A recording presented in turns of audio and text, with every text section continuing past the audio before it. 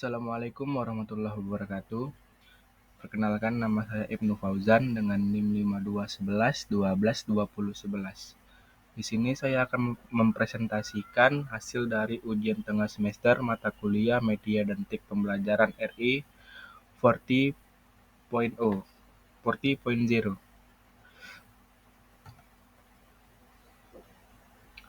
Di mana soal pertama ialah pendapat Gerlach dan Eli apabila dipahami secara garis besar media adalah manusia, materi, dan kejadian yang membangun kondisi yang membuat siswa mampu memperoleh pengetahuan, keterampilan, atau sikap. Dalam pengertian ini, guru, buku teks, dan lingkungan sekolah merupakan media. Jawabannya ialah, menurut saya mengenai pendapat dari Gerlach dan Eli, kenapa guru, buku teks, dan lingkungan sekolah merupakan media? Karena guru sebagai media penyampaian, tugas guru adalah menyampaikan materi kepada muridnya. Buku teks merupakan media yang bertujuan untuk siswa dapat mencatat apa saja materi yang disampaikan oleh gurunya.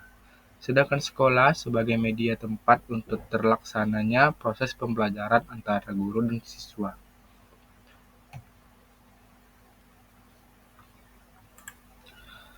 Yang kedua, berdasarkan sifatnya, media pembelajaran terbagi menjadi tiga, yaitu audio, visual, dan audio-visual. Jelaskan ketiganya.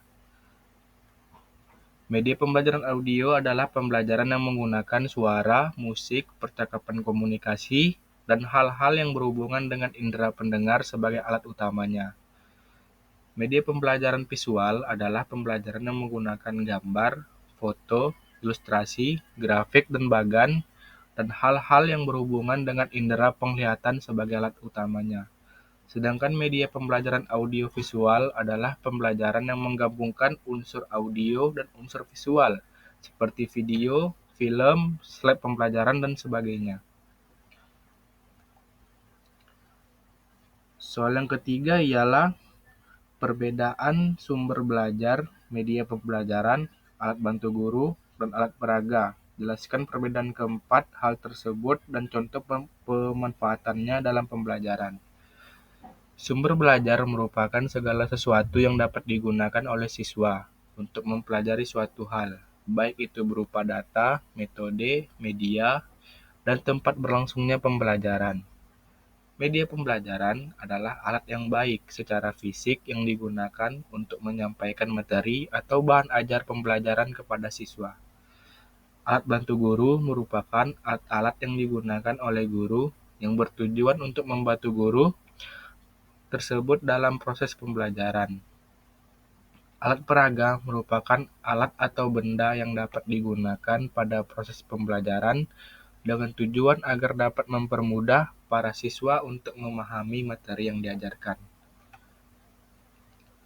Dari 4 komponen di atas, maka dapat disimpulkan perbedaannya terletak pada waktu dan kegunaannya saja, seperti alat bantu guru dan alat peraga yang dapat digunakan hanya pada proses pembelajaran berlangsung atau di dalam kelas. Sedangkan untuk sumber belajar dan media pembelajaran itu dapat digunakan di mana saja dan kapan saja melalui perangkat internet atau seluler seperti handphone, laptop, dan sebagainya.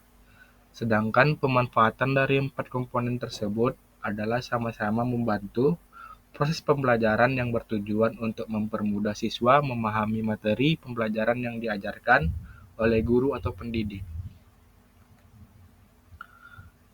Soal nomor 4, ciri-ciri media pendidikan ada 3, yaitu ciri fiksatif, manipulatif, dan distributif. Jelaskan ketiga ciri tersebut.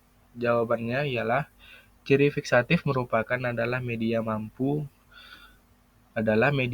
untuk merekam, menyimpan, melestarikan, dan merekonstruksi suatu peristiwa atau objek. Ciri manipulatif adalah media dapat menampilkan dan menayangkan kembali kejadian, peristiwa, atau objek yang telah dilakukan dalam ciri fiksatif.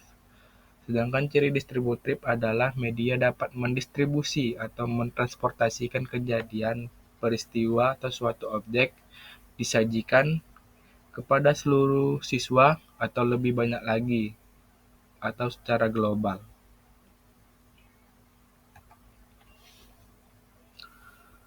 Yang kelima, jelaskan fungsi utama media menurut pendapat Azhar Asyad. Jawabannya, menurut Azhar Asyad, fungsi utama dari media pembelajaran adalah sebagai alat bantu mengajar yang turut mempengaruhi iklim, kondisi, dan lingkungan belajar yang ditata dan diciptakan oleh guru.